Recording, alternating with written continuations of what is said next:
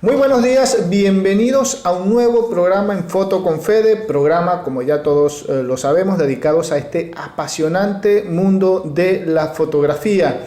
Ya saben que nos pueden escuchar a través de nuestra plataforma en YouTube, también estamos en podcast de Spotify, estamos en Anchor, estamos por eBooks, por allí se cuelgan, nos pueden escuchar semana tras semana con todas las entrevistas que hemos venido realizando a fotógrafos de Latinoamérica. ¿Qué se está haciendo a nivel fotográfico hoy en día en nuestra tan querida y convulsionada Latinoamérica, que nos está dejando imágenes realmente muy interesantes día tras día? En el programa de hoy tenemos a nuestro primer fotógrafo. Ese va a ser el embajador en este momento de la fotografía en Nicaragua. Estamos con Óscar Navarrete, fotoperiodista. Es nuestro primer fotógrafo nicaragüense aquí en el programa. Óscar, bienvenido. Buenos días, buenas tardes acá en Argentina, buenos días allá en Nicaragua. Tenemos una diferencia horaria de 3 horas aproximadamente. Ya nuestros oyentes, como decimos siempre, buenos días, buenas tardes, buenas noches, dependiendo del uso horario donde nos estén escuchando. Así que Óscar, bienvenido, gracias por aceptar la invitación y coméntanos un poquito, ¿desde cuándo en la fotografía y por qué fotógrafo y no otra especialidad? A ver. Hola Federico, buenos días para toda tu radio audiencia. Sí, bueno, mi nombre es Óscar Navarrete, tengo 37 años de estar en esta labor, que por cierto es una labor muy linda, me ha llevado a conocer muchos lugares y estar en muchas situaciones, sobre todo de riesgo la mayor parte de las veces. A los fotógrafos nos toca bailar con la más fea, pero sí, es un trabajo que es lo que escogimos. Esto es lo que nos gusta, y me inicié en el año de 1984, cuando llegué al diario Barricada. El diario Barricada era el órgano oficial del Frente Sandinista de Liberación Nacional. El Frente Sandinista era un partido de izquierda que llegó al poder en el año 1979, cuando derrocaron por la vía a la dictadura de Anastasio Somoza. Bueno, ustedes sabrán, pues Nicaragua es un país bien convulso también, entra de una tormenta, se sale y va a otra. Pero bueno, eso es otro rollo.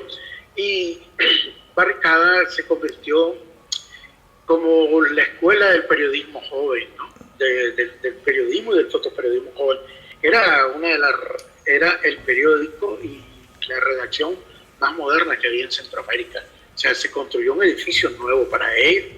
O sea, tenía un laboratorio fotográfico que era mágico, pues. O sea, un laboratorio inmenso, grande, para revelar y para positivar o imprimir. Entonces fue mi primera escuela.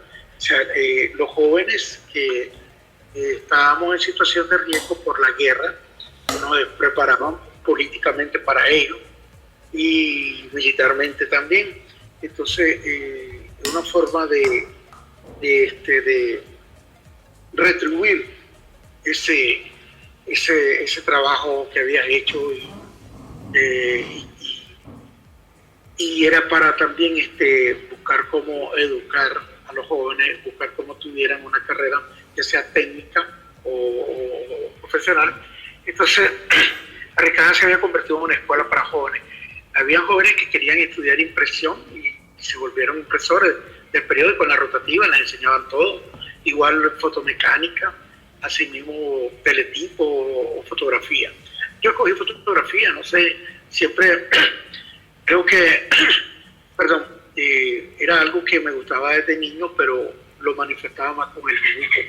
Siempre me gustaba el arte de dibujar, y creo que eso fue lo que me llevó a la fotografía, porque fotografiar es dibujar con la luz. Entonces prácticamente se me hizo fácil en ese aspecto. Recuerdo cuando llegué, ese era un lugar maravilloso. Lo bueno que también tenía Barricada es que tenía fotógrafos de varias partes del mundo. O sea, gente que se había volcado inspirado con el romanticismo de la revolución. Ahí los fotógrafos, la mayoría eran europeos. O sea, puedo decir que tuve una escuela muy buena. Habían italianos, habían españoles, habían inglés. Y recuerdo que el jefe de fotografía Era un tipo que nunca se me va a olvidar su nombre, se llamaba Rudolf Wedel, y era bravo a fumar, y yo entro al departamento de fotografía, lo encuentro en el laboratorio y fumando, no dejaba, no se despegaba su tabaco y revelando a paso lento. Nunca se me van a olvidar los químicos ni nada, revelando con microdol 19, microdol X, perdón. Entonces yo lo admiraba mucho también. Le digo, maestro, yo era el primer día que me iniciaba la fotografía, y lo primero fue que se me ocurrió preguntarle, no sé si fue una pregunta tonta de mi parte, pero lo admiraba mucho, y yo le dije, porque entrar al laboratorio del cuarto oscuro, era una fase más romántica que podía experimentar el fotógrafo analógico, ¿no? ¿Qué edad tenías en ese momento? 15 años. 15 años. Sí. Y entraste de una vez al fotoperiodismo, medios más representativos de ahí de Nicaragua, con una serie de profesores de altísimo nivel, ya fotógrafos, fotoperiodistas, ahí lo acabaste de mencionar, fotógrafos de todas partes del mundo, y un joven de 15 años con ganas de hacer fotografía. Exactamente, con un hambre de poder. Sí, fíjate que un paréntesis, sí, tengo actualmente 52 años, entonces te podés imaginar que tengo más de la mitad de mi vida metido en la fotografía. O sea, para mí la fotografía es todo, ¿verdad? Pasión, amor. Me he divorciado de todo, varias cosas, pero menos de la fotografía, jamás. Entonces, llegando, pues, volviendo a lo que estábamos, el profesor Wedel, él era alemán tico, tenía también sangre costarricense, por eso es que hablaba, tenía un español no muy fluido, pero sí se le ese acento alemán. Y entonces le digo, profesor, deme la receta, ¿qué es lo que tengo que hacer para ser un buen fotógrafo? Me quedé viendo con cigarrillo, lanza una bocanada de humo, y como que dice, que necio este tipo, que impertinente, Oscar. Para llegar a ser un buen fotógrafo, me dice, y tuvo la humildad de responderme, ¿no? Sé que era muy impertinente, sé que también era malhumorado, pero tuvo la gentileza de responderme y me dijo, si quieres ser fotógrafo, un buen fotógrafo, solo tienes que seguir 3 pasos. ¿Cuáles son? Le digo, saber dominar el ángulo, la composición y el encuadre. Si vos llegas a dominar esas 3 cosas, vas a llegar a ser uno de los mejores fotógrafos, así como yo. Y vale, wow, choches, debe ser tan sencillo. No sabía que tenías que tener muchos años para, o sea, ir viéndote en el camino para ir afinando tu tontería y crear tu propio estilo, ¿no? Entonces, así fue, y así entré en ese mundo mágico de la fotografía. Me siento por una parte privilegiado porque he vivido los dos mundos de la fotografía, el analógico y el digital, y si vos me preguntases ahorita si me consideras un deseo, yo te diría que regresemos a la fotografía analógica. O sea, era totalmente diferente, era mucho más fotógrafo, era más certero, y el solo el hecho de procesar tu material en el cuarto oscuro era mágico. Hoy lo hace, hoy hay una serie de programas. Yo, por ejemplo, en lo particular uso cámara RAW, pues, de Photoshop, pues, que es lo mismo que hacemos en el laboratorio, porque no me gusta. Mis alumnos, he sido también catedrático, docente, perdón, de fotografía en 2 universidades de acá, las más importantes. Y siempre mis alumnos y la gente que me conoce me catalogan de ser muy purista, pero es la forma en que me enseñaron, es la forma en que aprendí a hacer buena fotografía.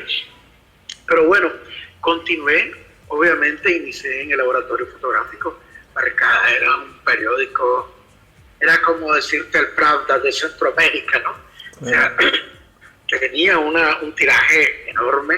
O sea, cuando yo llegué a Barricada, estaban instalando la nueva rotativa, porque tenían una rotativa marca Fairchild, pero que había sido confiscada al periódico que era de Somoza, se llamaba Novedades, que por cierto era un buen periódico.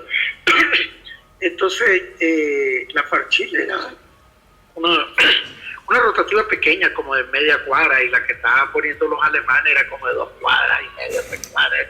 Era un monstruo que pasaron como un mes para instalarla por completo. Entonces yo llegué a estrenar rotativa nueva y vi todo el sistema, conocí todo el sistema de periódico y todo era moderno. Solo que laboratorio. Imagínate qué cantidad había de fotógrafos. O sea, era enorme. Nada que ver con la realidad de hoy en día a nivel, yo creo que a nivel mundial, de lo que es el periodismo. Ya esa parte como que mucho se perdió en la mayoría de los países del mundo. Sí, claro, en Barricada se trabajaba prácticamente las 24 horas. Por ejemplo, en el laboratorio los fotógrafos los laboratoristas entrábamos por turnos y grupos, ¿ya? Para darle cobertura total desde que iniciaba la noticia hasta el cierre, pues que se cerraba el Hugo, cerraba a las 12 de la noche, porque tenía una de las impresoras, una de las rotativas más rápidas que en cuestión de 2 horas ya te había impreso unos 200.000 periódicos, 300.000. O sea, era algo mágico, pues. Entonces sí, estábamos a la cabeza con la tecnología. La redacción era inmensa, una redacción inmensa. O sea, había una comodidad de trabajo súper buena. O sea, no me quejo. O sea, para empezar, no empecé con limitaciones, sino más bien con abundancia. Entonces eso es bueno, pues, porque te ayuda a ir corrigiendo los errores, ¿no? Y sí, aprendí a dominar tanto el laboratorio fotográfico y le imprimía a los fotógrafos que eran de la época, que estaban ahí, que eran los fotógrafos nicaragüenses, igual junto con los fotógrafos europeos, que competían entre ellos y eran muy buenos. Esos negativos eran tan lindos, una diafanidad que había en ellos, con la luz, ¿no? Entonces yo le imprimía a ellos y aprendí viendo las imágenes de ellos. Empecé a educar mi ojo a través del laboratorio fotográfico. Empezar a ver su trabajo, y era un trabajo wow. O sea, ¿sabes cuál era lo bueno de Barricada? Perdón. Lo bueno del diario Barricada es que hubo, al haber ese encuentro entre fotógrafos nacionales, fotógrafos europeos, se creó una combinación o un híbrido, por así decirlo, se mezclaba mucho el fotoperiodismo con el fotodocumentalismo. Ahí me di cuenta que ambas cosas podían ir de la mano y podían hacerlo. O sea, era una fotos periodísticas, pero también con un contenido artístico brutal y con unas composiciones fotográficas y técnicas de luz excelentes. Eso fue mi escuela. Ahí empecé y entonces los fines de semana, como sabes, el rigio, el hambre de conocimiento, sí lo aprovechaba y los fines de semana yo, que no estaba en el laboratorio y llegaba a trabajar para trabajar de fotógrafo y empezar a hacer mi primera fotografía. Ahí quería llegar. Te saco del laboratorio y nos vamos a la calle. Tus primeros trabajos como fotoperiodista, ¿qué te tocaba cubrir? ¿O cómo lo abordabas después de esa respuesta que te dio aquel alemán que te dio el secreto para ser un buen fotógrafo? ¿Cómo llevaste esa recomendación que te dieron en ese momento a la calle? ¿Cómo fue eso? Teníamos la verdad que yo era, por así decirlo, el más insistente, porque mis otros compañeros se querían quedar en la onda del laboratorio y ya, yo dije, yo tengo que trascender, yo necesito hacer imágenes, yo no quiero, o sea, el laboratorio es maravilloso, pero yo quiero no solo procesar la imagen de mis compañeros fotógrafos, sino las mías, las propias. Entonces,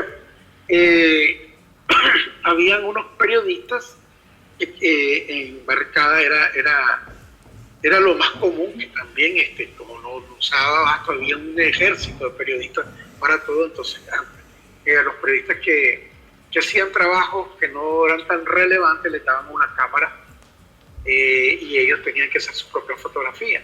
Unos lo hacían muy bien, otros lo hacían muy mal. Entonces, yo entré se decidió hacer una capacitación con un fotógrafo, el que era el jefe del laboratorio. Iba a impartir un taller de fotografía para los periodistas. Empezaron 10 periodistas y al final quedaron solo uno. Y yo era el laboratorista. Entonces todos se fueron desertando y yo empecé. Entonces ese tipo, queridísimo amigo que lamentablemente falleció hace 3 años, él desde que vio, como dice, yo te eché el ojo, dice, porque yo miré que era un chavalo veloz, me dice, y que tenía esa necesidad de conocimiento y tenía un aprendizaje, me dice, muy rápido, captaba rápido. Entonces, él nos empezó a dar clases teóricas y cuando ya íbamos a la clase práctica, me acuerdo que un fin de semana nos dijo, pues, fotografíen lo que ustedes quieren el fin de semana y el lunes lo vamos a revelar y vamos a ver el material. Pues todavía habían como 5 periodistas ahí. Entonces, era un chaval joven, despabilado, me prestaba a conseguir una cámara, porque había una cámara que recuerdo, mi primera foto fue con una cámara rusa Zenit con un lente 50 milímetros. Me habían educado siempre de que tratara de fotografiar con el lente 50 milímetros, porque en la escuela vieja y sobre todo en la escuela europea, pues te dicen de que es la óptica más próxima a los humanos y aquella influencia, ¿no?, de Cartier, pues que solo Cartier pues logró magnificar, pues. Entonces, y que también era pues, muy bueno para ir empezando a dominar el fotodocumentalismo. Yo me vine con la cámara a casa y dije, bueno, ¿qué hago? No se me ocurría nada, ¿no? Dije, voy a poder ir a hacer un recorrido en el mercado. Pero tenía unas primas mías que eran de mi misma edad y bacanal como yo. Ya sabes lo que es bacanal, ¿no? Una fiestera, ¿no? La fiesta, exactamente. Entonces era un chaval, un joven, entonces yo le dije a mi prima, mira, tengo que hacer esto y esto. Me dice, ¿qué pensaba hacer? No sé, digo, tirémonos un churro, le digo, para pensarlo. Vos sabés, le da 15 años, un porro era lo más, me iban a ocurrir las ideas. Y era un porro, entonces me dice mi prima, ya sé, se me ocurre algo, que vamos arriba del techo y lo fotografiamos, después, le digo, subamos al techo de la casa. Y ella con un amigo me empecé a hacerle fotos. De repente ellas vinieron, ya eufórica, pues vamos a hacer unos toples, dale, bueno, ¿qué? Le digo yo, y se quedan el tople y yo, bueno, fotografiándola ahí con sus chichis al aire y todo. Y comenzamos a hacer la foto y fue algo divertido porque nos moríamos de la risa, lo disfrutábamos, fue algo sano, ¿no? Muy al estilo hippie. Llevé el rollo el lunes y mi maestro, disculpame la palabra, pues se cagaba de la risa. Decía, no, vos sos demasiado acelerado, me dice. Sos demasiado acelerado para esto, chaval. Porque como era un chubín flaquito, le decían Oscarito, me trataban con diminutivo. Sí. Y me decía, Oscarito, qué barbaridad, qué velocidad la tuya. Y las fotos estaban súper buenas, pues bien expuestas, a pesar de que no tenía fotómetro, porque él nos dio esas cámaras sin fotómetro. Le sacó la batería, pues que teníamos una batería en la parte de abajo, como de que usan los relojes. Muy finito, exactamente. Se la sacó a propósito, sí, porque él quería que aprendiéramos a medir la luz. A lojímetro, le decíamos aquí en Nicaragua, a saber usar el lojímetro, para saber calcular los tipos de velocidad y los tipos de abertura de diafragma. Y pues yo obviamente fui el que saqué mejor calificación, entonces él les dijo a los jefes que pusieran mucho ojo en mí, que aprendí de una forma súper rapidísima, que tenía buen ojo para el retrato, para el fotodocumentalismo. Claro, ya había absorbido yo bastante el trabajo de mis compañeros fotógrafos nacionales y fotógrafos internacionales. Entonces, pues empecé a salir a hacer trabajos domésticos, por así decir, que no eran de alta envergadura, ir a los mercados, ¿eh? Porque ella sí visitaba todos los días los mercados, en el diario, ¿no? Había guerra, había un bloqueo económico, había escasez, entonces había que sacar historias siempre en los mercados. Eran una muy buena fuente, ¿no? El día a día y también a la vez, pues, lidiar con la gente, porque la gente se irritaba, decía, nos tienen muriendo de hambre, ¿qué? Y querían descargar su furia en los periodistas, o en el equipo periodístico, pero bueno, gracias a Dios nunca nos agredieron, pero sí recibimos hijos de putazos del aire y grandes. Pero bueno, así empecé. pero de repente vino el servicio militar. Ya estaba la ley del servicio militar y me tocaba irme. Te tocó hacer el servicio militar y no sé si fue una decisión, por lo que estuve investigando por ahí, no sé si fue una decisión tuya personal o fue que te tocó por tema de que en el servicio militar, en una época, los que iban a hacer el servicio los iban ubicando de acuerdo a alguna habilidad que tenían o donde tocaban. Por allí el tema de llegar a la parte de audiovisuales, por así decirlo, no sé cómo se lo llamarán en ese momento ahí en Nicaragua, pero en la parte de audiovisuales del ejército, ¿entraste por una decisión propia, por tu conocimiento, o porque vieron, bueno, trabajaba o trabaja en tal, vamos a pasarlo para allá? Sí, así mismo fue, exactamente por eso. Entonces vieron, bueno, vamos a sacarle provecho a este chaval, pues. Entonces llegué y la verdad que fui a la unidad de medios audiovisuales del Ejército Popular Sandinista. Ahí era diferente, ¿no? a la barricada, ahí era como ahí convergía todo. Ahí fue una etapa de mi vida donde mi aprendizaje se desarrolló mucho mejor y vi dos cosas diferentes. Uno, que había más tecnología de la que yo conocía. Creí que ya lo había conocido todo y no, pues estábamos en guerra y obviamente el ejército tenía que tener los mejores instrumentos para crear propaganda, ¿no?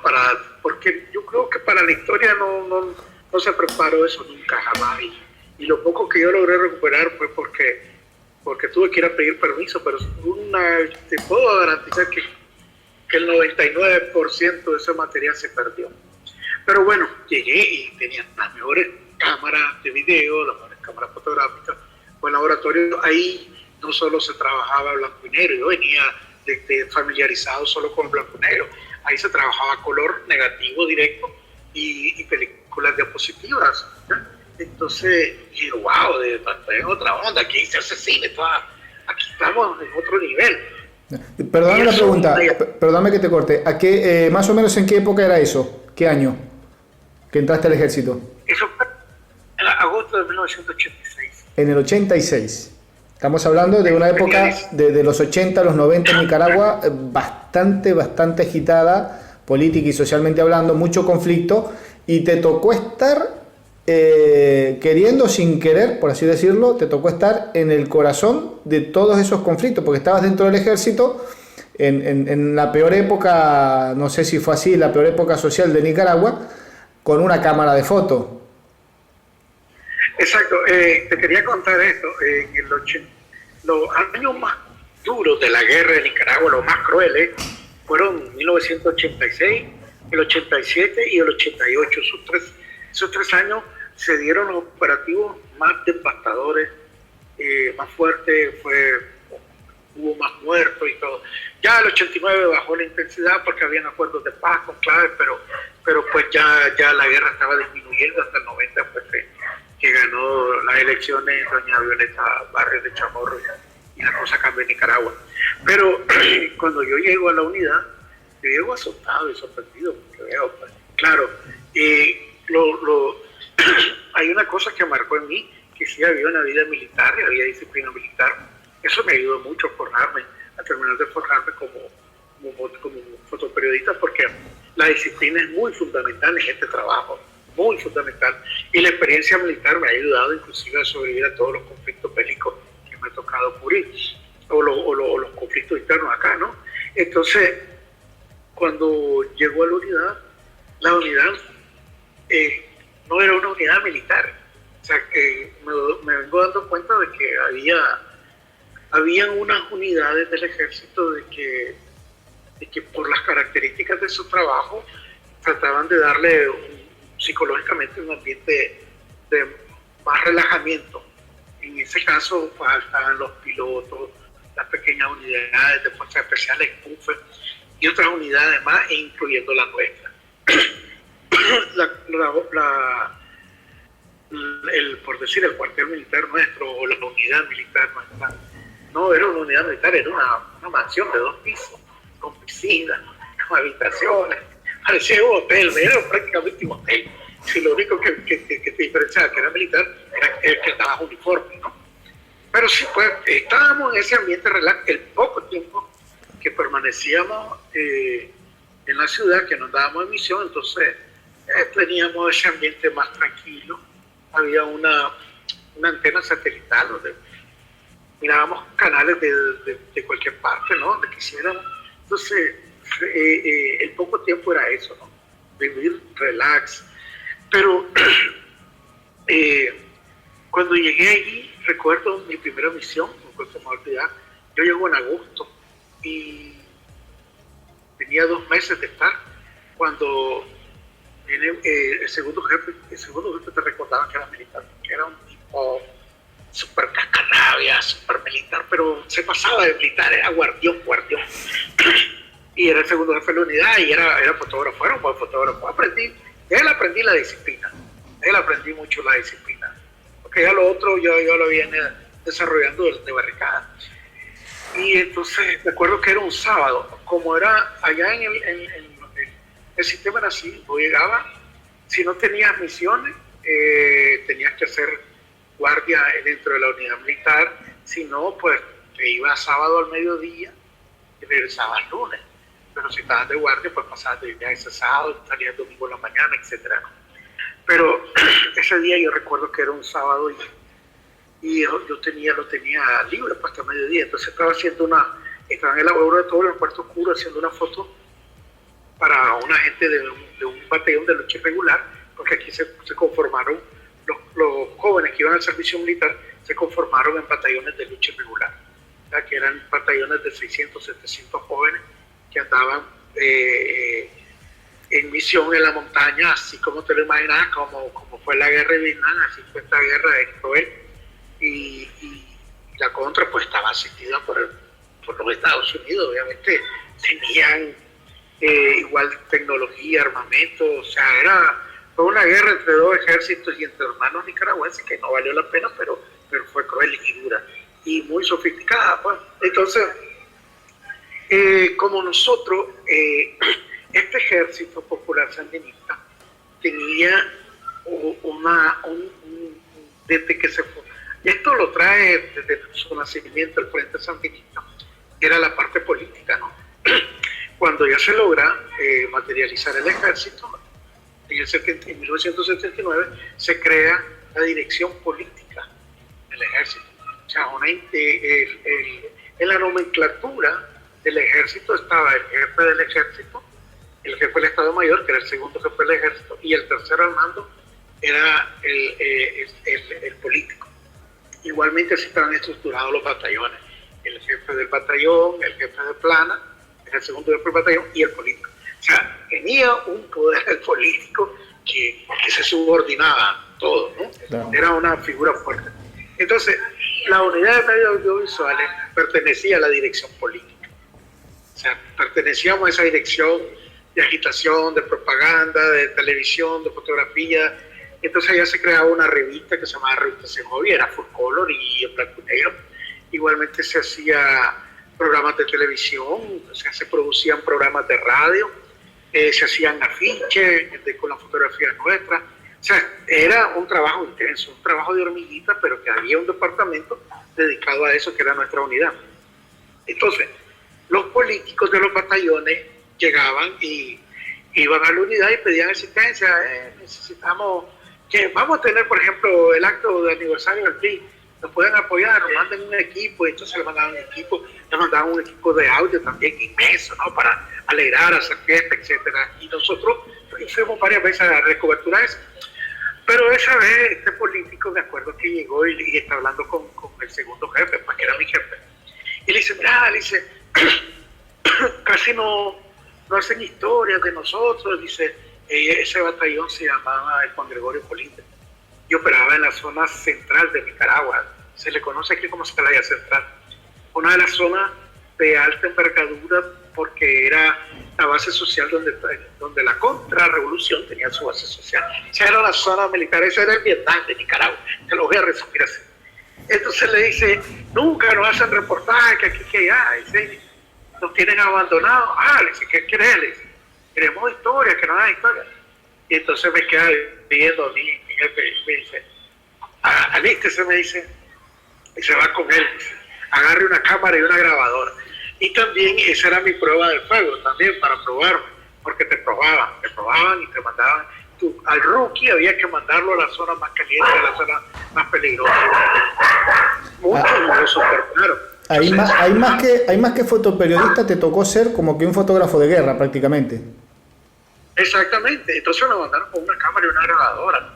Y entonces dije, esta es mi prueba, este es mi bautizo. Entonces me dice, él dice, les va a garantizar, dice, una cobertura y se va a ir a hacer historia. Y yo era fotógrafo y todavía me endosé en una grabadora para hacer historia, para traer historia para los programas de radio y para la revista. Y pues yo lo asumí. No, le digo, era teniente primero, se llamaba Enricano. Digo, teniente, le digo, pero no tengo nada aquí, le digo yo. No se preocupe, me dice, el político le va a garantizar todo, avituallamiento, comida, transporte, todo. Dice, vivo se lo llevan, vivo me lo traen. Y, ay, Dios mío, es lo que me metí. Y era un sábado ya planeando bicha de cerveza, aquí decimos bicha de la cerveza. Bueno, de mi modo, me voy con ellos. Fuimos a Juigalpa, que es una ciudad que queda al centro. Ya Juigalpa era como, ahí estaba el Estado Mayor de esa región, de esa zona, y al día siguiente nos metimos pues con todo con una parte de la avanzada del batallón, en camiones hasta la zona donde estaba el puesto de mando de avanzada. Y eran unos caminos de tierra horrible, ahora todo eso ya está pavimentado, dominado. Y era peligroso viajar. Imagínate que en ese tiempo estaban haciendo esa carretera, abriendo paso, ¿no? Con tractores, maquinaria pesada. Y la misma contra emboscaba a los trabajadores que estaban haciendo la carretera y los mataba, los asesinaba. O sea, era una zona súper horrible, súper peligrosa. Llegamos, pues nos rifamos, llegamos. Y estuve pues en el puesto de mando de avanzada, así se llama, pues cuando ya un batallón está en la zona de guerra, pero ahí está la jefatura y las tropas andan patrullando alrededor, a la montaña adentro. Ahí estuve como unos 3 días y llegó el helicóptero. Y me dice, ¿qué va con esa gente? Dice, con esa tropa. Y me fui con ellos, pero desde que el helicóptero iba a arrancar, los chavalos emocionados no me digan, un periodista alegre. Entonces comienzo a hacerle fotos y los comienzo a grabar en pleno vuelo, y aquellos chavalos iban extasiados. Bueno, digo, bueno, voy bien cuidado. Una cosa, nosotros siempre los periodistas de guerra caminamos igual que ellos, con nuestros pertrechos. Claro, igual caminamos nuestra arma de reglamento, una pistola, un fusilaca, tus magazines, tus tiros de extra. Igual también tu comida, todo, porque ibas a operar. Nada más que a la hora de un combate, en vez de volar balas, volaba fotos. Claro, no disparabas balas, disparabas fotos. Exactamente. Entonces me fui con ellos y recuerdo que llegamos a la montaña, mi primera experiencia, ¿no? De ver la montaña, ¿no? Y a la zona de peligro. Estuve un par de días con ellos y ya me metí con ellos a operar. Nos fuimos a operar y en efecto sí, chocamos con la contra, hubo un enfrentamiento, un combate. Recuerdo que hice fotos, grabé y todo. Y estuve un mes con ellos operando. Solo una vez chocamos con la contra, sí, ese mes. Buscando a la contra detrás, pero solo una vez chocamos. Que fue un combate relativamente corto, ¿no? Como de 1 hora. Cuando ya me dicen que tengo que regresarme, que salir, pues ya no quería salirme porque me sentía en ambiente, este ambiente tío, es lo que me gusta. La adrenalina te sobra cuando tenés esa edad, ya viejo, más bien te hace falta. Entonces me fui, me despedí de los muchachos, de la gente con la que anduve, que nunca los olvido. Todavía conservo amistad con uno de ellos porque los otros murieron. Y bueno, llegó el helicóptero, recuerdo, de Miña Managua. Cuando llegué y le mostré el material, mi jefe quedó satisfecho, pero no me dijo, te felicito, nada, solo me dice, pasaste la prueba, chaval, me dice, creí que te ibas a cagar. Entonces, pero el jefe de la unidad, que era el jefe, pues mero, él vio el material y ese sí ya me echó el ojo y me dijo, me llamó a su oficina, me dice, traiste buen material, te felicito. Me dice, te vamos a dar mejores equipos, me dice, Y ya luego me dice que son mi tigre, me dice, así que vamos sobre, me dice. Así fue que empecé ya, entonces ya para mí fue ya lo más común, pues ir a andar en lugares así, andar explorando, andar con la gente patrullando, metiéndome a operativos. Estuve en los 3 operativos militares más fuertes del ejército, pero el más fuerte de todo fue en 1988, que se llamó Operación Dato 88, que fue lo que obligó a que el ejército rebelde de la Contra se sentara a negociar y se pactara un cese al fuego, porque al final medio se respetó ese cese al fuego, porque al final la Contra quería seguir armándose, quería seguir luchando. Y quiero hacer un paréntesis de esto porque hace un par de años mi hija me respeta mucho, no estudió periodismo por suerte, es arquitecta, entonces ella siempre pues me pregunta de mis cosas, yo le he contado mi historia, cómo fue en la guerra, entonces ella me dice, papá, me dice, ¿por qué no escribiste? Escribí, me dice, porque se te van a olvidar las cosas. No, yo no sé, mi idea la tengo fresca, pero escribí, me dice, escribí un libro, escribí tu memoria. Entonces me dio, y entonces dije yo, bueno, voy a hacer un libro y lo voy a armar en 4 etapas.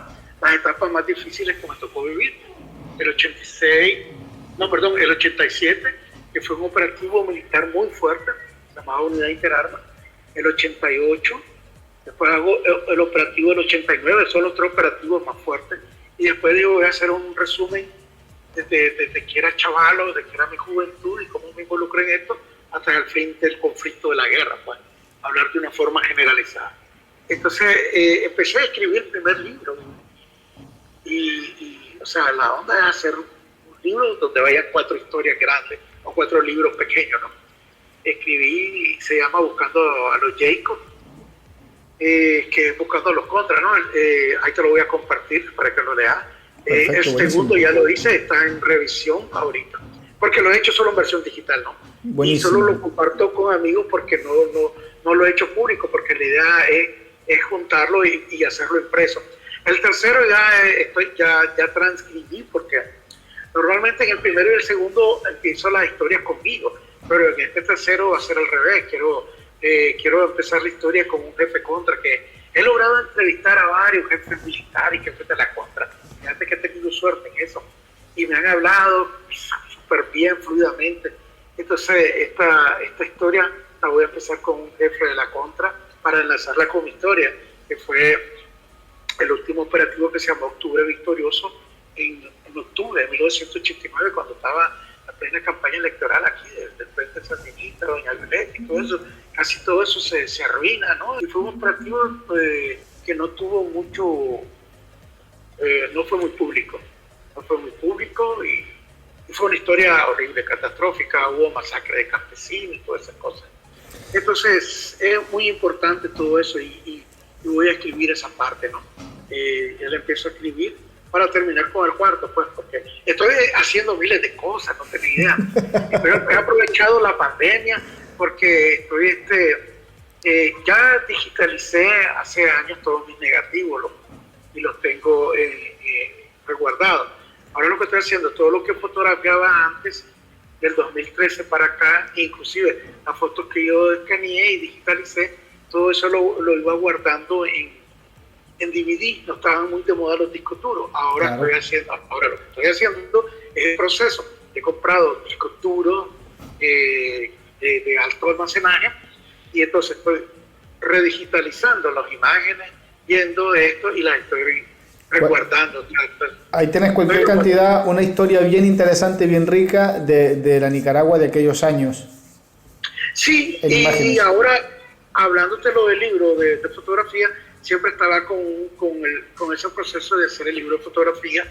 Primero estaba con la idea de hacerlo solo de los 80, después de hacer una ¿cómo te diría? Una retrospectiva, ¿no?, de mi vida fotográfica. En ese tiempo iba a cumplir 30 años, pero después las cosas se fueron empeorando en Nicaragua y no conseguí patrocinio, pero me he dado a la tarea de tener mucha paciencia. Dije yo, no, voy a tener paciencia, y aquí está la historia. Entonces dije, aquí va a ser la historia. La historia va a ser el génesis hasta el final de lo que fue el paso del Frente Sandinista, de la revolución y sus personajes en Nicaragua, porque tengo fotos desde los 80 y todos estos procesos que me ha tocado vivir con ellos, 90, 2000, toda esta zona de conflicto, y Dios guarde y Dios quiera hasta el final, ¿no? Porque claro, eso sería una línea de tiempo histórica, ¿no? Y en imágenes. Igualmente también tengo otros proyectos con otros libros de fotografía que he hecho. Lo que pasa que ahí están en el horno, solo de cocinarse. Por ejemplo, hay una aquí en Nicaragua, no sé si has escuchado el Mercado Oriental. El Mercado Oriental es como el mercado de Tepito en México. El Mercado Oriental es el mercado más grande de Centroamérica y más desordenado también.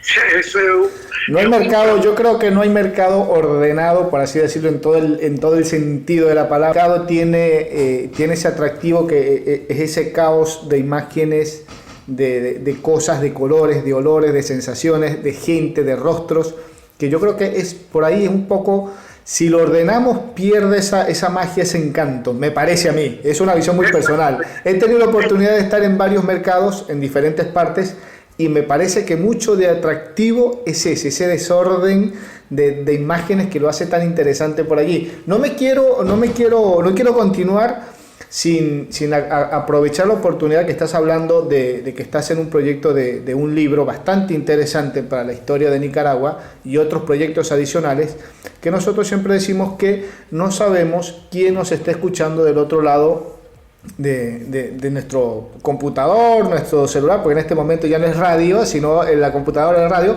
Por allí, siempre lo decimos, hay, quién sabe, hay alguien que esté interesado, que esté escuchando el programa, le interesa el tema, le interesa ayudar a financiar o a promover o a patrocinar obras como estas, y por ahí quien quita se pone en contacto contigo. Ya después vamos a dar tus redes para que te ubiquen, por ejemplo, y bueno, por ahí de repente hay alguien que le interesa la idea y patrocina, te ayuda a patrocinar ese trabajo, a financiarlo, ese trabajo que estás por ahí con la idea de hacerlo, que suena más que interesante. Y ya en su momento, y ojalá no sea mucho tiempo, una vez que lo tengas listo, pues gustosamente por acá lo podemos comentar, lo podemos hablar, lo podemos dar a conocer para las personas que nos escuchen y están interesadas en enterarse de la obra, de cómo vino, cómo se armó, del proceso, y por qué no también de adquirirlo.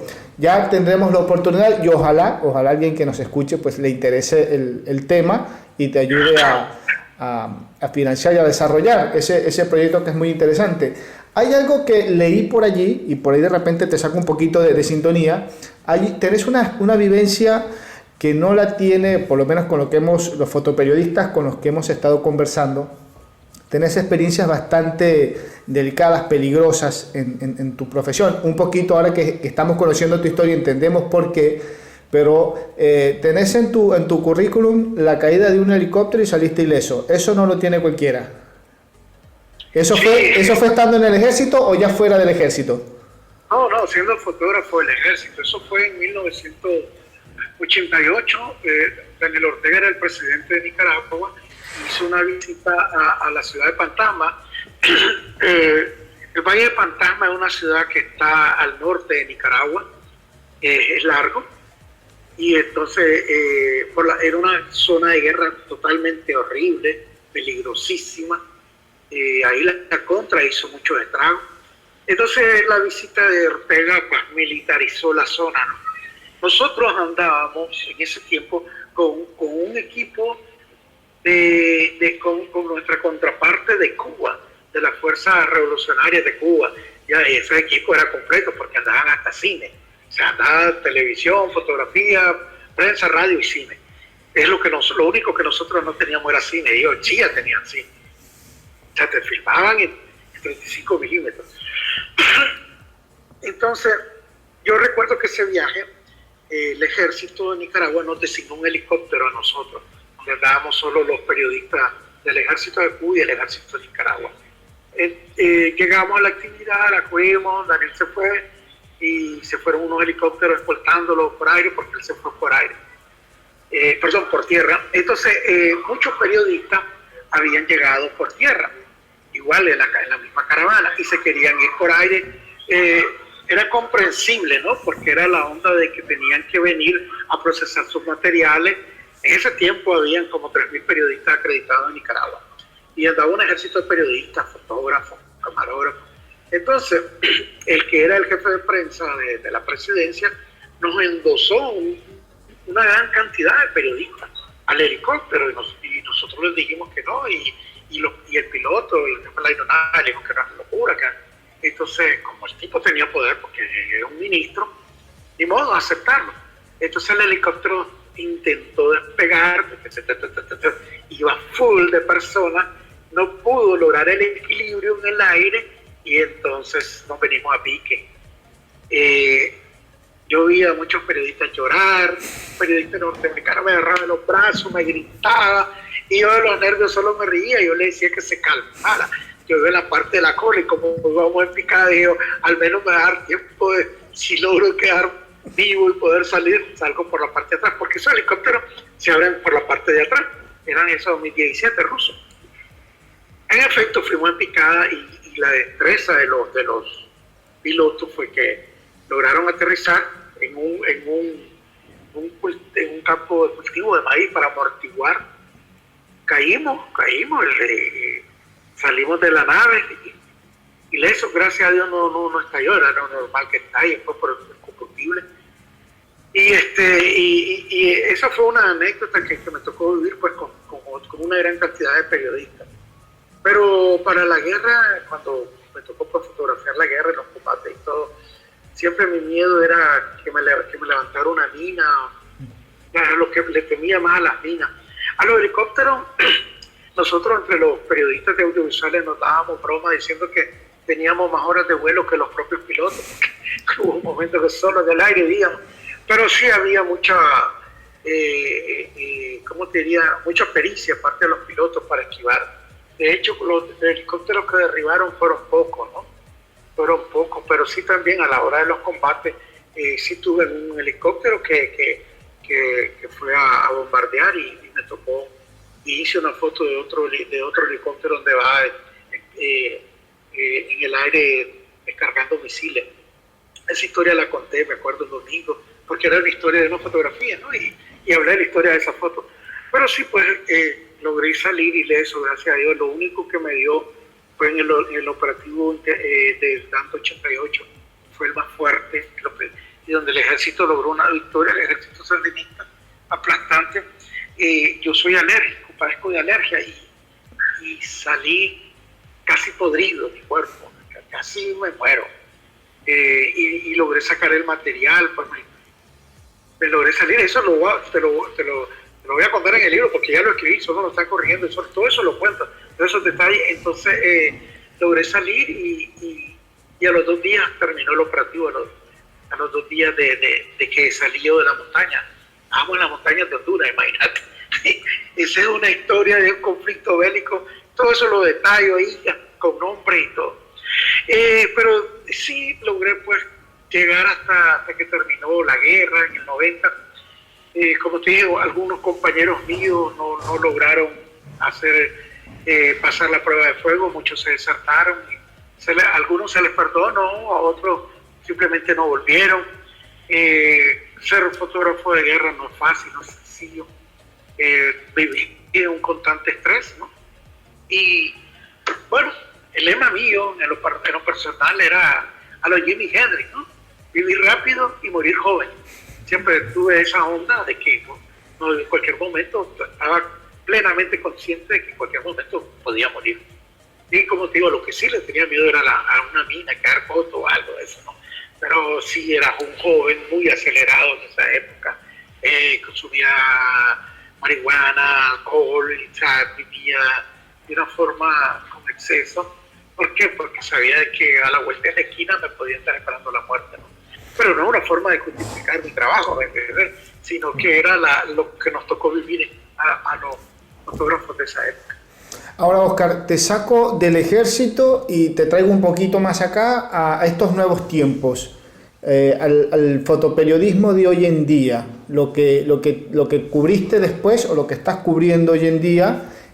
fuera del ejército, ya como no como un fotógrafo de guerra, sino como un fotoperiodista, vamos a llamarlo, poner entre paréntesis, convencional o normal, y digo entre paréntesis porque de convencional o de normal la vida del fotoperiodista no tiene casi nada, pero ¿en qué diferencia encontraste entre la fotografía que hacías en cuanto a la parte teórica, por así decirlo? ¿En qué varió esa fotografía de guerra cuando estabas en el servicio militar a la fotografía que estás haciendo hoy en día en tu día a día como fotógrafo de prensa? ¿O todavía te quedaste con la visión del fotógrafo de guerra? Pues sí, prácticamente lo has dicho, lo último. Me quedé con la cuestión esta de la visión del fotógrafo de guerra, porque cuando acabó la guerra, supuestamente vino la paz. Mira, yo en todas las entrevistas que me han hecho siempre he dicho esta palabra: me gustaría ser un fotógrafo de paz, y no lo he podido hacer, y te voy a decir por qué. Porque Nicaragua es un país súper conflictivo. Cuando terminé la guerra en el 90, bueno, yo dije, aquí llegó la guerra, yo ya aquí mi trabajo ya concluyó, yo no voy a esperar a que me echen del ejército. Hablé con mi jefe y le dije, me voy, pues aquí ya no hago nada. Entonces fue una etapa difícil y corta de mi vida, porque me fui sin más ni más, sin un rollo de película siquiera, sin un negativo de lo que había hecho, nada. Así me enfrenté a la calle e hice de todo, ¿no? Tuve que sobrevivir haciendo miles de cosas. Trabajé 6 meses en el mercado informal, me volví campista, era coyote, eso, aquí le decimos coyote, lo que venden dólares y venden dólares. Vendía comida, vendía ropa, vendía alimentos, así. ¿Cuántos años estuviste en el ejército? 5. 5 años en el ejército. ¿Ya saliste con cuántos años? ¿A qué edad? 21 años. 21 años. Ya a esa edad ya tuviste que replantearte todo de vuelta, arrancar prácticamente de cero, y ahí la fotografía no estaba presente en ese momento. No, ya no. Fíjate que irónico, viajaba a Honduras, iba a Honduras a comprar mercadería que aquí venía a revender. Esa fue una de las cosas que hice a inicio de los 90. Nicaragua estaba convulsionada, la posguerra no deja nada bueno, es difícil, ¿no? Una reconstrucción. Y lo que más me afligía, de repente dije yo, wow, yo no puedo estar así, yo tengo que volver a la fotografía, pero no tengo la oportunidad. Y si se me abriese una oportunidad, miré que en la prensa estaban buscando un laboratorista, que es el lugar donde yo trabajo. Fui y donde encontré mi currículum y mi portafolio, solo cosas de guerra, me mandaron al carajo. Y me dijeron de que no aplicaba porque de verdad decía que era buscaban personas mayores de 25 años, yo tenía 21 años, entonces doblemente aplazado. Entonces fue cuando busqué en Barricada, mi antigua casa, y me dijeron que no tenían ahorita, pero que ese era el jefe, el que era el subdirector, que era un gran amigo mío, pero me dio su palabra, era un hombre que su palabra valía, y me dijo, cuando tenga oportunidad yo te mando a llamar, y así fue. Eso fue en marzo, y en septiembre ya me llamó y volví a trabajar en Barricada. Trabajé en Barricada, pero solo en el laboratorio, porque estaba full los fotógrafos que habían trabajado en otros ministerios lo habían metido ahí. Entonces, igual los fines de semana aprovechaba y trabajaba de fotógrafo, porque decía, soy un fotógrafo, no un laboratorista. Entonces estuve trabajando hasta el 94, cuando se dio la oportunidad de que se iba a fundar un nuevo periódico en Nicaragua. Fue el primer periódico digital, La Tribuna, y me fue a fundar ese periódico. Así anduve fundando proyectos periodísticos y trabajé en esos tiempos con agencias internacionales. Trabajé con Reuters, trabajé con AFP, era stringer de ellos. Pero ¿qué pasó? Ok, la parte del proceso de paz en Nicaragua no se concretizó de una forma tan vehemente como esperábamos, porque vino una parte de la contra y una parte del ejército, ex miembros de la contra y ex miembros del ejército, se fueron a la montaña, se rearmaron. Entonces había conflicto, ¿no?, en la montaña y en la parte de la ciudad, en este caso Managua, es la capital. El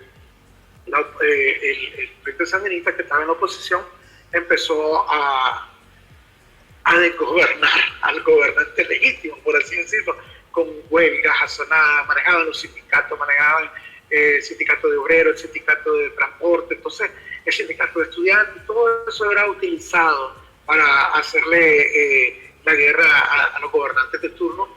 Y entonces aquí se libraron una batalla de la lucha de los universitarios con la policía, como que tal igual estábamos en la guerra. Y hubo exceso también de violencia, aparte de la policía, hubieron estudiantes universitarios muertos, también igualmente murieron miembros antimotivos, enfrentaron con los del transporte. Entonces dije yo, a ver, no, la guerra no salió de mí, o sea, la guerra está aquí nuevamente, dije yo. O sea, siempre tengo que vivir bajo presión y bajo conflicto. Entonces eso igual alimentaba mi adrenalina, pero decía yo, ¿cuándo vamos a lograr tener paz? No, veo muy difícil. Y así pasaron 3 gobiernos, hasta que vino el nuevo gobierno en el 2006, el socialista, retomó nuevamente el poder. Se empezaron a hacer huelgas, protestas, pero de una forma muy light, ¿no?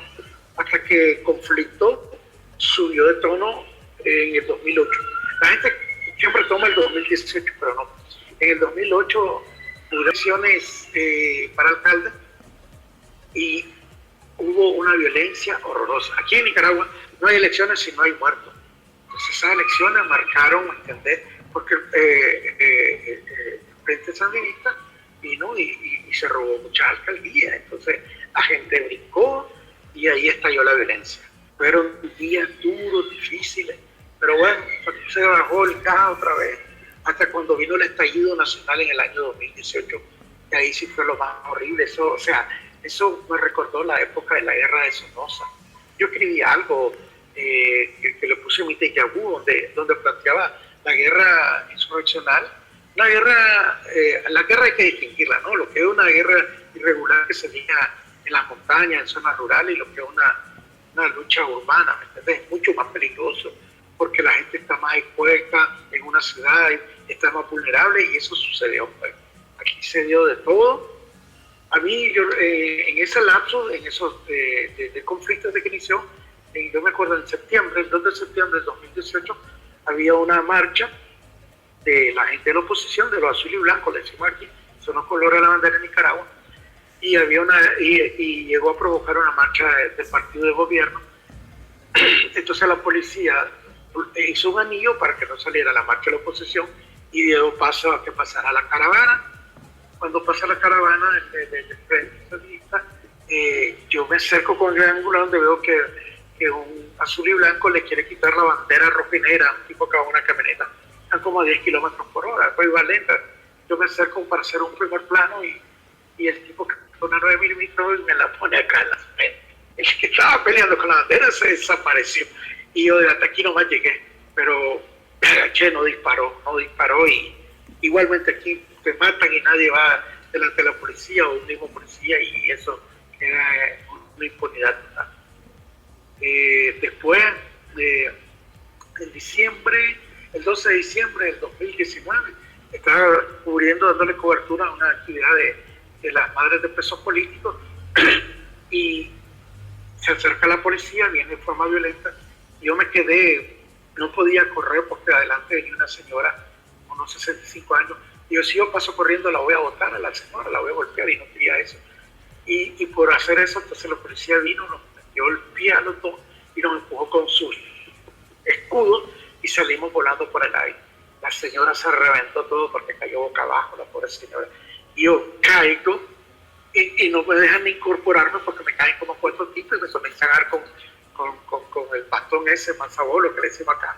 Me destruyeron mi cámara, me destruyeron el lente. Entonces un camarógrafo amigo mío se metió y dejan de golpear.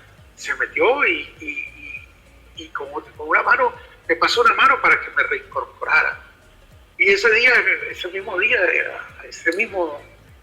mismo acto, como a los 2 minutos, a él lo golpearon también, lo vapulearon.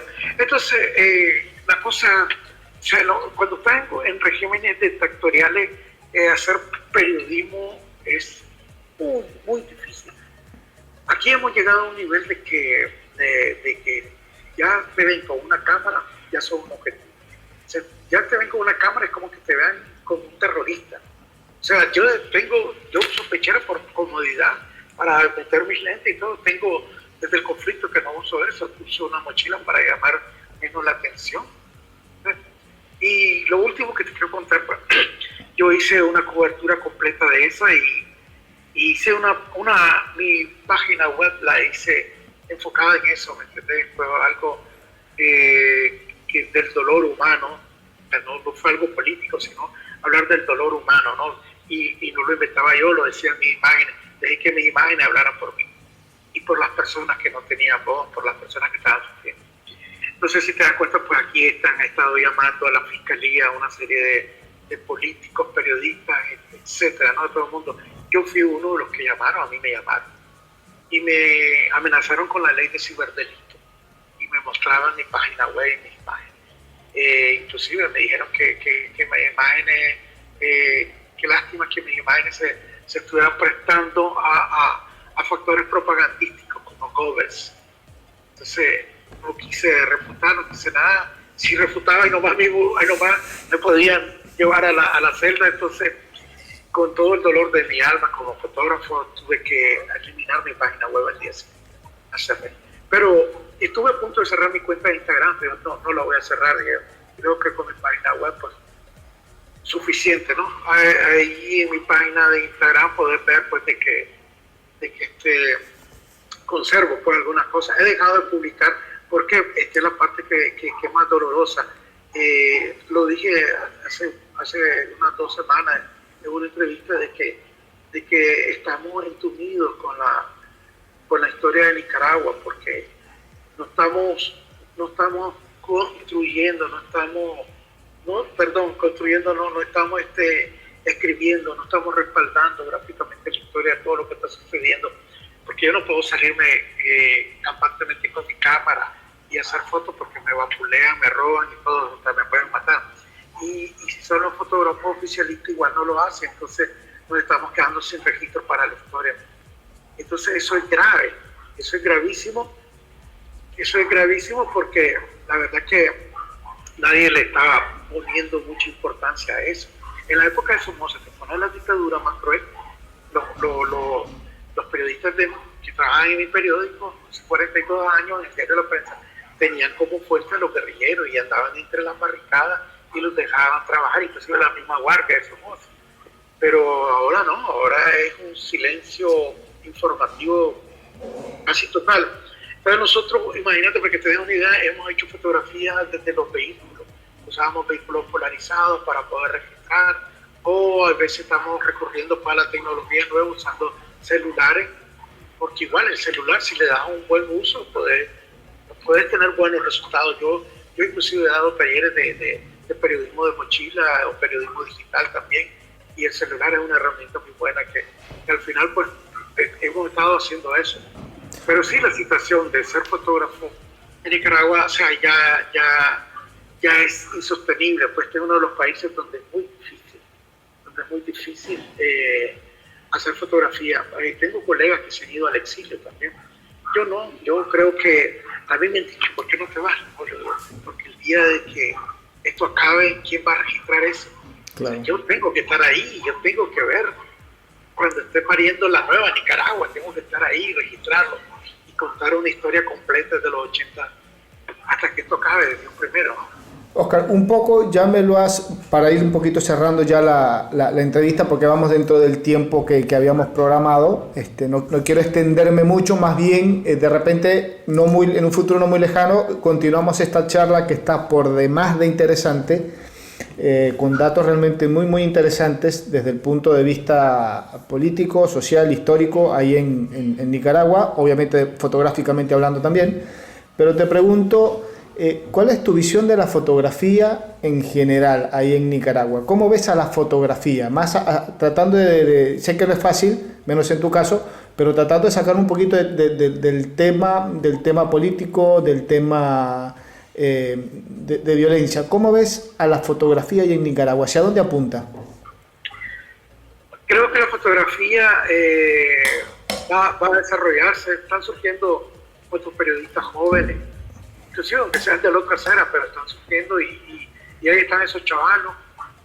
Fíjate que estuve en una actividad y hay una plataforma digital que se llama Barricada, que yo te inicié, y los chavalos, tuve una actividad oficial del ejército que una vez nos invitaron, casi como 2 meses, perdón, y entonces los chavalos me dijeron, mire, nosotros los miramos mucho, los seguimos en Instagram, y yo los regaño por estar diciendo, no, pues miramos mucho sus fotografías, somos sus seguidores, y es verdad que usted inició en Barricada, y comenzaron a preguntarme, y les conté pues brevemente mi historia y les dije que sí. Entonces me alegra que ese grupo de jóvenes están hambrientos de conocimiento. La tecnología obviamente les va a ayudar, se les va a hacer más fácil el aprendizaje. Y yo creo que en Nicaragua sí la fotografía tiene mucho futuro. La fotografía tiene un futuro muy grande. Habemos unos cuantos fotógrafos, y somos pocos, pero estamos comprometidos con esa labor de resguardar, de escribir la historia de Nicaragua. Estamos plenamente conscientes de ello y de que tenemos que morir con las botas puestas, ¿no? Y ese grupo de chavalos que viene detrás de nosotros tienen que estar comprometidos en eso, pues. Y estoy seguro que sí, porque aquí la fotografía está apuntando a todas las edades. Aquí hay un grupo, por ejemplo, hay un club de fotógrafos analógicos y hay personas de todas las edades, en su mayoría jóvenes. Eso es muy bueno y me gusta. Son muy interactivos, viven montando festivales, concursos, y eso es muy bueno, ¿no? Además de que la gente se interese por la fotografía analógica también. E igualmente hay grupos de jóvenes fotoperiodistas también, que esto va a ser el relevo generacional nuestro. Quizá ya en 10 años ya van a tener una formación, van a ser fotógrafos más establecidos y comprometidos, porque cuando uno es un fotógrafo establecido, te vas a comprometer con la historia de tu país y vas a tener ese grado de conciencia de que hay que preservar la historia a través de la imagen. Exactamente, y es muy interesante eso que estás comentando de las nuevas generaciones que vienen atrás, a pesar de todo eso tan problemático, tan conflictivo que es estos tiempos, bueno, los tiempos pasados y los tiempos actuales, que por allí parece que es un hecho aislado, pero está sucediendo en casi todos los países con menor o mayor grado de violencia o agresividad, pero es casi que un mal común, lamentablemente. Algo que hemos podido estar recogiendo, que nos hemos podido estar enterando a través de estas charlas con precisamente fotógrafos, quienes están ahí en la línea del frente cubriendo estos eventos, ya sea por conflictos armados directamente, como ha sido tu caso en la selva en una época, o en las ciudades hoy en día, que la guerra se vino de la montaña a la ciudad, es una guerra urbana, lamentablemente. Pero entonces, es algo que vamos recogiendo, que vamos viendo y que, vamos a decirlo de alguna manera, gracias a la fotografía, en gran medida, nos estamos enterando de muchas cosas, o vamos haciendo esa recopilación de imágenes que el día de mañana van a formar parte de la historia, y que las generaciones que vienen pues se van a enterar de cómo fue el pasado a través de imágenes, a través de fotos, que por ahí hoy en día nos estamos enterando de muchas cosas que pasaron hace 70, 80 años atrás, y las tenemos en imágenes, en fotografías, en su estado original, con su decadencia en cuanto a calidad, pero con ese lenguaje o ese mensaje bien presente allí en cada imagen.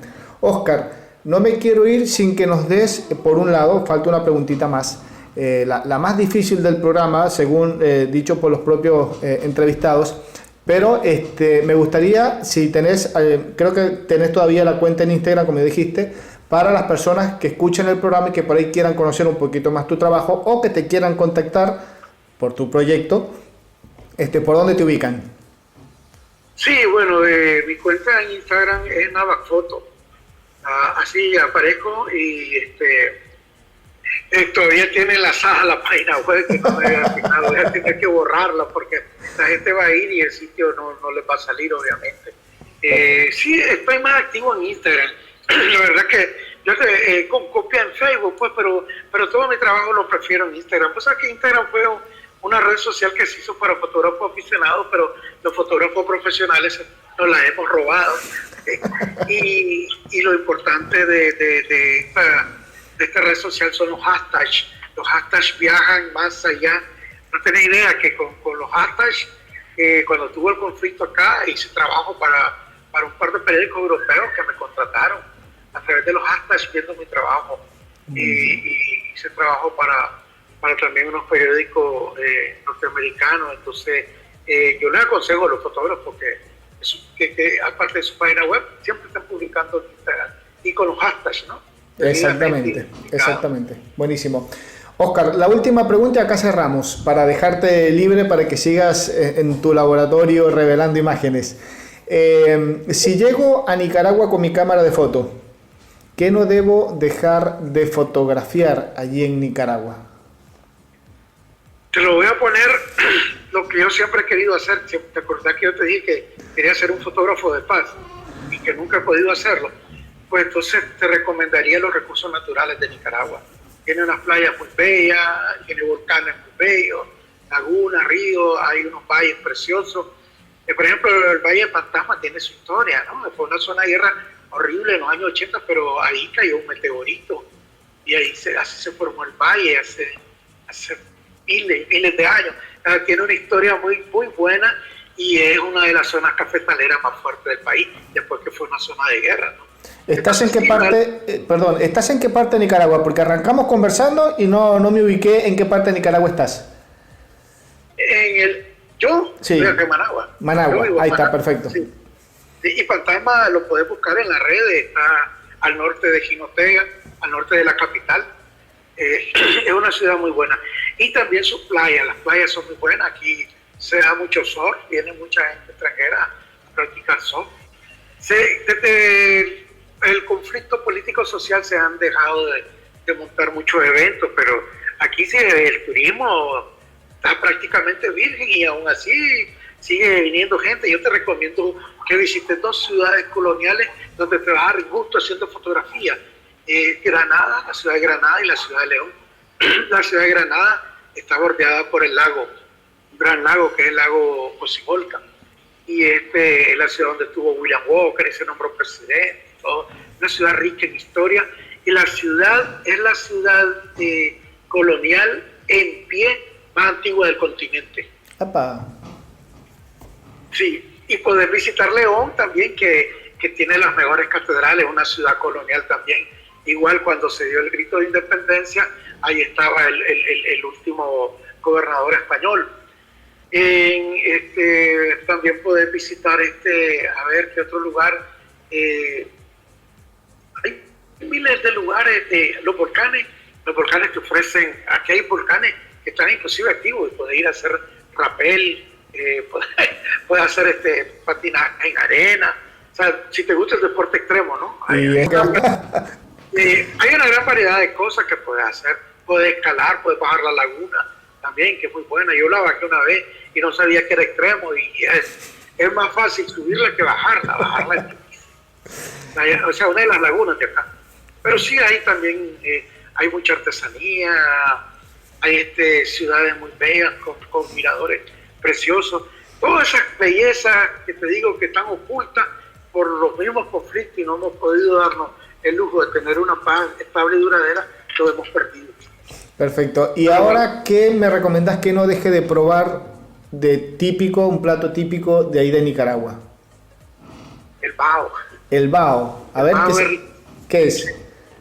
No, viene como de vapor, ¿no? Es una mezcla de carne de res que se usa, 2 tipos de carne de res, que es la cecina y el pecho. Uh-huh. Entonces se mezcla con plátano maduro, lleva yuca y se hace una ensalada de repollo con tomate. Eso se cose a vapor y entonces esa parte, por ejemplo, gordita de la cecina suelta una grasita y eso te lo comes como que te estés comiendo un Angus, ¿no? Deliciosísimo, ¿no? Riquísimo.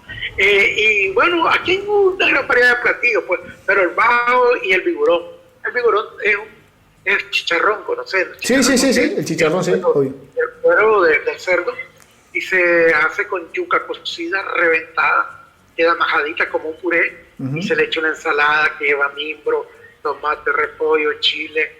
Y es de muerte lenta. Y a esta hora que estamos haciendo la entrevista, ya el hambre pica, así que no viene nada mal.